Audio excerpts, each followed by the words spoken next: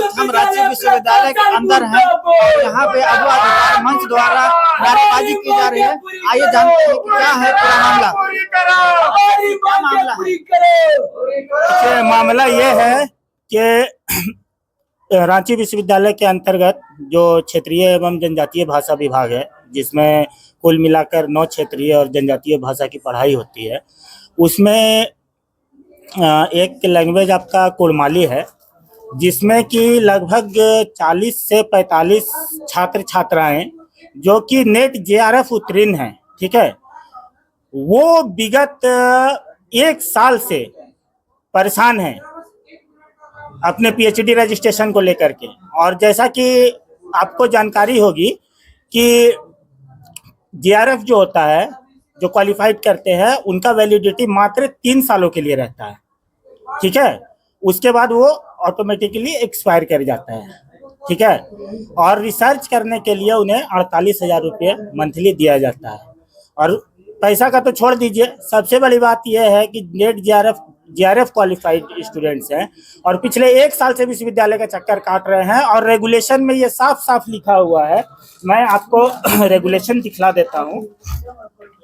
Regulation में ये साफ साफ यहाँ अंकित किया हुआ है कि रेगुलेशन के एक एलिजिबिलिटी क्राइटेरिया जो है पीएचडी के लिए, उसका एलिजिबिलिटी फॉर द सुपरवाइजर, उसमें एलिजिबिलिटी क्राइटेरिया पॉइंट नंबर 2 के रेगुलेशन नंबर 1A और 1B में ये साफ मेंशन किया हुआ है यहाँ पे कि अगर आपको टीआरएल भाषा जो विभाग है, जो कुड़माली भाषा में अगर आपको गाइड नहीं मिलते हैं, तो आप जैसे कि ह्यूमैनिटीज़ का जो है सब्जेक्ट, जैसे कि जिसमें आपको हिंदी, उर्दू, बांग्ला, संस्कृत इत्यादि विषयों की पढ़ाई होती है, उसमें ये शोधार्थी अपना शोध प्रारंभ कर सकते हैं।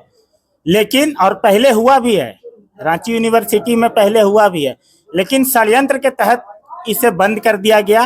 और हम लोग इसको लेकर के 19 तारीख को रांची विश्वविद्यालय के छात्र कल्याण संकाय अध्यक्ष से मुलाकात किए थे।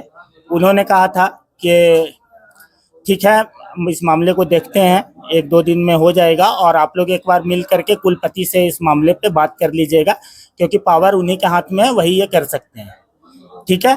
तो हम लोग बोले ठीक है, हम लोग मंगलवार को आकर के कुलपति से मिलेंगे। हम लोग आज सुबह 10 बजे से यहाँ बैठे हुए हैं। इस दौरान 20-25 बार फोन किया गया है कि सर आप कहाँ हैं। अरे गेटवा के खोला रे। वो उधर से बोला जा रहा है कौन खेला कि उधर से बोला जा रहा है कि राजभवन करेगी, ये हम नहीं कर पाएंगे। और जो कि मतलब कि पहले ऐसा नहीं है कि ये नया हम लोग मांग कर रहे हैं, इस तरह से पहले भी पीएचडी हुई है रांची विश्वविद्यालय में। ये षड्यंत्र के तहत इसको रोका गया है और हम लोग का मांग बस इतना ही है कि इस मामला को संज्ञान लेकर के आप जल्द से जल्द इसको 10 से 15 दिन में सुलझा दीजिए, ताकि मतलब कि अधिकतर जो इसमें जेआरएफ क्वालिफाइड छात्र छात्राएं हैं, उनका 2 से 2.5 साल का टेन्योर जेआरएफ क्वालिफाइड किए हुए बीत चुका है। अब मात्र 3 से 4 महीने किन्हीं का बचा हुआ है, किन्हीं का 2 महीने, किन्हीं का 6 महीने। तो अब 6 महीने साल भर लगेगा, सबका एक्सपायर हो जाएगा। उसके बाद आप इसको करके भी क्या कीजिएगा, बच्चों का भविष्य बर्बाद हो जाएगा। तो इस मामले में वीसी सर से आपकी मुलाकात हुई?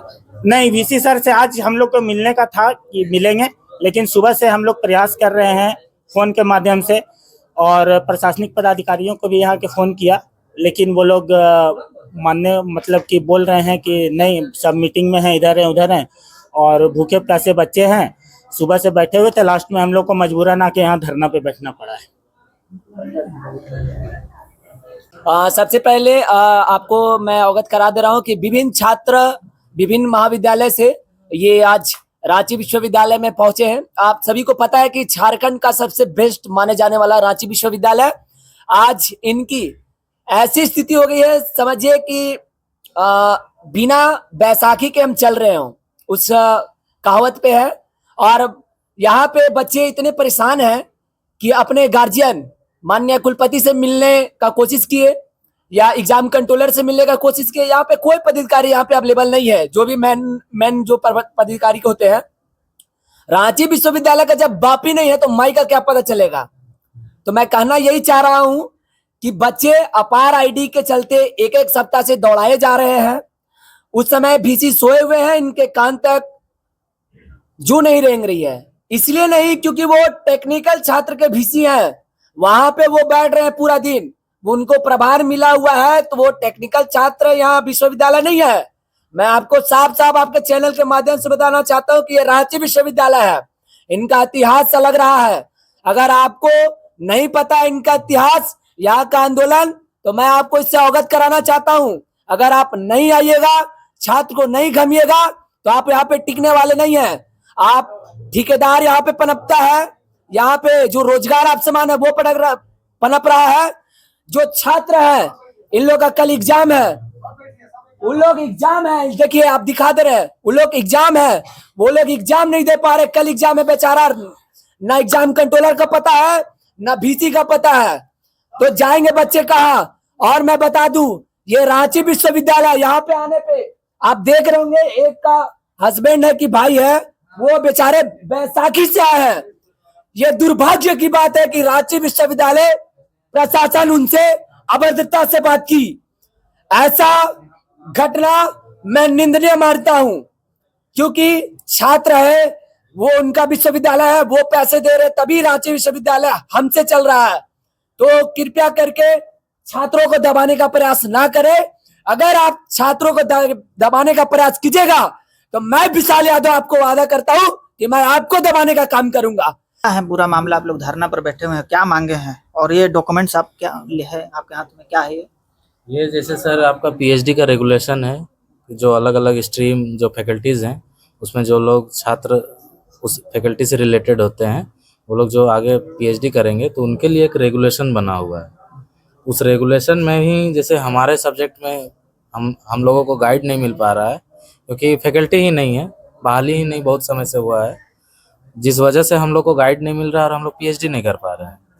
तो हम लोग चाह रहे थे कि अगर रूल्स रेगुलेशन में अगर कुछ वैसा है, हम लोगों को मदद मिल सकता है जिसके तहत हम लोग को पीएचडी का कार्य आगे बढ़ सके, तो हम लोग उसके लिए रूल्स को लेके हम लोग चल रहे थे। तो उसमें रूल नंबर 1 में ही है कि आप मास्टर्स डिग्री कर चुके हैं साइंस में या सोशल साइंस या ह्यूमैनिटी का फैकल्टीज़ में, तो आपका रूल नंबर 1A है, ये स्टूडेंट का है। और रूल नंबर 2 है 1B है, वो इंजीनियरिंग का है और मेडिकल साइंस का है। तो ये 1A और 1B रूल है कि स्टूडेंट किस किस स्ट्रीम के होंगे, फैकल्टीज़ के होंगे जो पीएचडी के लिए इनरोल होंगे। और सेकंड नंबर रूल है एलिजिबिलिटी ऑफ सुपरवाइजर। उसमें है कि आप जो स्टूडेंट 1A में अभी देखें, 1A और B का जो लोग इनरोल होंगे पीएचडी के लिए, तो उनके गाइड कौन होंगे? सुपरवाइजर। उसके लिए रूल लिखा हुआ है कि सुपरवाइजर होने चाहिए उनके सब्जेक्ट के या फैकल्टी के या फिर एलाइड सब्जेक्ट के। तो इसी एलाइड सब्जेक्ट को लेके हम लोग उनसे वीसी से मिलना चाह रहे हैं कि सर यहाँ एलाइड लिखा हुआ है, तो कुछ हम लोग को देखा जाए। एलाइड सब्जेक्ट जैसे ह्यूमैनिटीज़ वगैरह के जो अलग अलग विषय हैं, उनके गाइड के अंतर्गत हमारा पीएचडी शोध कार्य को अनुमति दिया जाए। उसी को लेके हम लोग अभी वीसी के समक्ष यहाँ वीसी के कार्यालय के बाहर बैठे हुए हैं। ये रूल नंबर 2 है। एक आपका रूल नंबर 21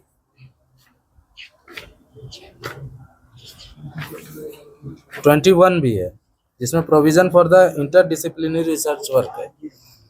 इसमें आपका इंटरडिसिप्लिनरी होता है, तो अगर रूल नंबर 2 को भी ना माने तो रूल नंबर 21 के तहत तो भी तो हम लोग को कर देना चाहिए।